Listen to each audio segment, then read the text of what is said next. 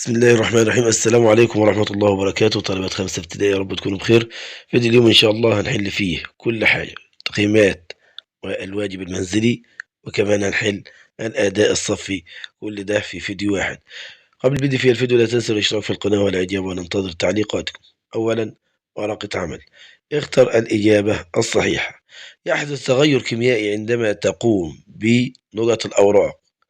يا ترى عندما نقوم بثني الأوراق، ولا بتقطيع الأوراق، ولا حرق الأوراق، ولا طحن الأوراق؟ طبعا ثني الأوراق وتقطيع الأوراق وطحن الأوراق ده كله تغير في شكل المادة، ولا ينتج عنه مادة جديدة. لكن عند حرق الأوراق تنتج مادة جديدة، فإذا هنختار حرق. اتنين، يعتبر انصهار الشمع تغير نقط. يا ترى انصهار الشمع تغير بيئيا، ولا كيميائيا، ولا عضويا، ولا فيزيائيا؟ طبعا انصهار الشمع لا ينتج عنه مادة جديدة، وده تغير في شكل المادة، فإذا هنختار فيزيائيا.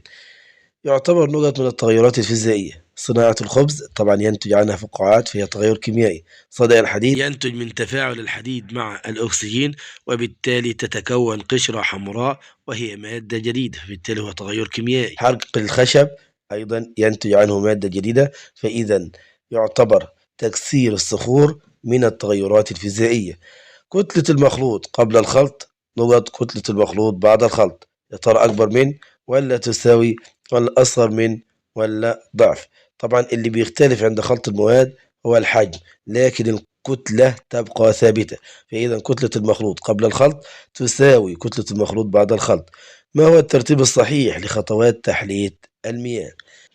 تبخير ترشيح تكثيف، ولا تكثيف ترشيح تبخير، ولا ترشيح تبخير تكثيف، ولا تبخير تكثيف ترشيح؟ طبعا الترتيب الصحيح: الترشيح أولا لإزالة الشوائب، ثم التبخير لفصل الماء عن الملح، ثم التكثيف لتكثيف المياه، يعني تحويل بخار الماء إلى ماء صالح للشرب. أكمل العبارات الآتية. واحد، هضم الطعام من التغيرات نقط. طبعا هضم الطعام من التغيرات الكيميائية. ليه؟ لأن هضم الطعام ينتج عنه مادة جديدة، حيث يتحول الطعام إلى سكر الجلوكوز. اثنين، يعتبر تحول الثلج إلى ماء تغير النقط. طبعا تغير فيزيائي، لأن ده تغير في حالة المادة. ثلاثة، التغيرات نقط لا تغير من تركيب المادة. طبعا التغيرات الفيزيائية لا تغير من تركيب المادة، ولكن تغير في شكل وحجم أو حالة المادة. أربعة، يصبح ماء البحر المالح صالحا للشرب بعد مرحلة نقط. طبعا بيتم تحلية المياه من خلال مرحلة الترشيح والتبخير والتكثيف، إذا يصبح ماء البحر صالحا للشرب بعد مرحلة التبخير ومن ثم التكثيف. خمسة، تكون فقاعات غازية عند خلط كمية من الخل مع صودا الخبيث دليل على حدوث تغير نقط للمادة. طبعا دليل على حدوث تغير كيميائي للمادة. ننتقل إلى حل واجب منزلي. اختر الإجابة الصحيحة. واحد، جميع ما يلي هو التغير فيزيائي ما عدا نقط: تقطيع الخضروات، احتراق الورق، قص القماش، انصهار الثلج. طبعا تقطيع الخضروات وقص القماش وانصهار الثلج لا ينتج عنه مادة جديدة، وبالتالي هنختار احتراق الورق، لأنه ينتج عنه مادة جديدة وهو تغير في تركيب المادة. اثنين، تشكيل النحاس إلى أسلاك وتغير نقط. يا ترى حراري، ولا كيميائي، ولا بيئي، ولا فيزيائي؟ طبعا تشكيل النحاس إلى أسلاك هو تغير في شكل وحجم المادة، وليس في تركيب المادة، فإذا هو تغير فيزيائي. ثلاثة، جميع ما يلي من التغيرات الكيميائية للمادة ما عدا نقط: واحد، احتراق الخشب، تقطيع الفاكهة، هضم الطعام، صدأ الحديد.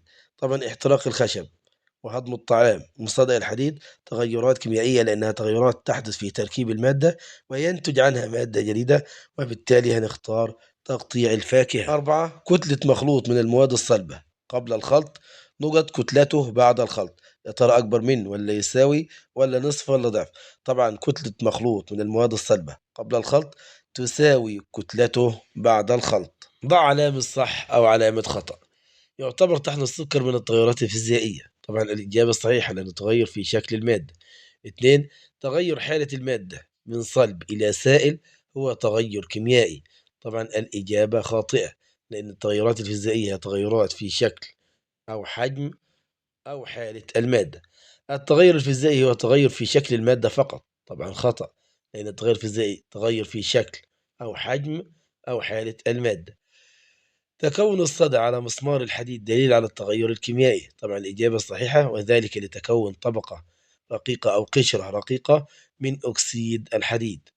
يصبح ماء البحر المالح صالحا للشرب بعد مرحلة الترشيح، طبعا الإجابة خاطئة، لأنه يصبح صالحا للشرب بعد مرحلة التبخير. انصهار الشمع ينتج عنه مادة جديدة، الذي يعتبر تغير كيميائي. طبعا انصهار الشمع لا ينتج عنه مادة جديدة، وبالتالي هو يعتبر تغير فيزيائي. ننتقل إلى حل التقييمات. أولا الاختبار الأول، اختبار ألف. السؤال الأول: أكمل ما يأتي. يعتبر تشكيل النحاس إلى أسلاك تغير نقط. طبعا تشكيل النحاس إلى أسلاك فهو تغير فيزيائي. ليه؟ لأنه تغير في شكل المادة. السؤال الثاني: اكتب ما تدل عليه العبارات التالية. قشرة كيميائية حمراء تنتج عن تفاعل الحديد مع الأكسجين. طبعا ده تعريف صدى الحديد. السؤال الثالث: علل. احتراق الخشب يعتبر تغير كيميائي. الإجابة: لأنه تغير في تركيب المادة وينتج عنه مادة جديدة. السؤال الرابع: ماذا يحدث عند خلط الخل وصودا الخبز؟ الإجابة: يحدث تغير كيميائي، والدليل على حدوث تغير كيميائي صعود فقاعات من الغاز. السؤال الخامس: صنف التغير الحادث. انصهار الشمع. طبعا انصهار الشمع تغير فيزيائي. ليه؟ لأنه تغير في شكل المادة ولا ينتج عنه مادة جديدة، وتغير أيضا لا يحدث في تركيب المادة. ننتقل إلى الاختبار باء. السؤال الأول: أكمل ما يأتي. هضم الطعام داخل خلايا الجسم تغير نقط. طبعا تغير كيميائي. ليه تغير كيميائي؟ لأنه ينتج عنه مادة جديدة وهي سكر الجلوكوز. السؤال الثاني: اكتب ما تدل عليه العبارات التالية. تغير في شكل وحجم وحالة المادة. طبعا تغير في شكل وحجم وحالة المادة ده تغير فيزيائي. السؤال الثالث: علل. احتراق الخشب يعتبر تغير كيميائي. الإجابة: لأنه تغير في تركيب المادة وينتج عنه مادة جديدة. السؤال الرابع: ماذا يحدث عند تفاعل الحديد مع أكسجين الهواء الجوي؟ الإجابة: يتكون صدأ الحديد، وهو عبارة عن قشرة حمراء من أكسيد الحديد، طبعا وهو تغير كيميائي لأنه نتج عنه مادة جديدة وهي أكسيد الحديد. السؤال الخامس: صنف التغير الحادث. ثاني القماش. طبعا ثاني القماش تغير فيزيائي. ليه تغير فيزيائي؟ لأنه تغير لا ينتج عنه مادة جديدة. الاختبار الثالث. السؤال الأول: أكمل ما يأتي. انصهار قطعة من الزبد وتغير نقط. طبعا انصهار قطعة من الزبد وتغير فيزيائي. السؤال الثاني: أكمل ما تدل عليه العبارة التالية. تغير في تركيب المادة وينتج عنه مادة جديدة. طبعا تغير كيميائي. السؤال الثالث: علل. ذوبان السكر في الماء يعتبر تغيرا فيزيائيا. الإجابة: لأنه لم يحدث تغير في تركيب المادة ولم ينتج عنه مادة جديدة. السؤال الرابع: ماذا يحدث عند ترك الحديد في الهواء الجوي بدون طلاء؟ الإجابة: يتكون صدى الحديد، وهو قشرة حمراء من أكسيد الحديد، وده يعتبر تغير كيميائي. السؤال الخامس: صنف التغير الحادث. احتراق الخشب. طبعا احتراق الخشب تغير كيميائي. ليه تغير كيميائي؟ لأنه تغير في تركيب المادة وينتج عنه مادة جديدة. وإلى هنا أبنائي وبناتي ينتهي فيديو اليوم. لا تنسوا الاشتراك في القناة والإعجاب، وننتظر تعليقاتكم. لا تنسونا من صالح دعائكم. والسلام عليكم ورحمة الله وبركاته.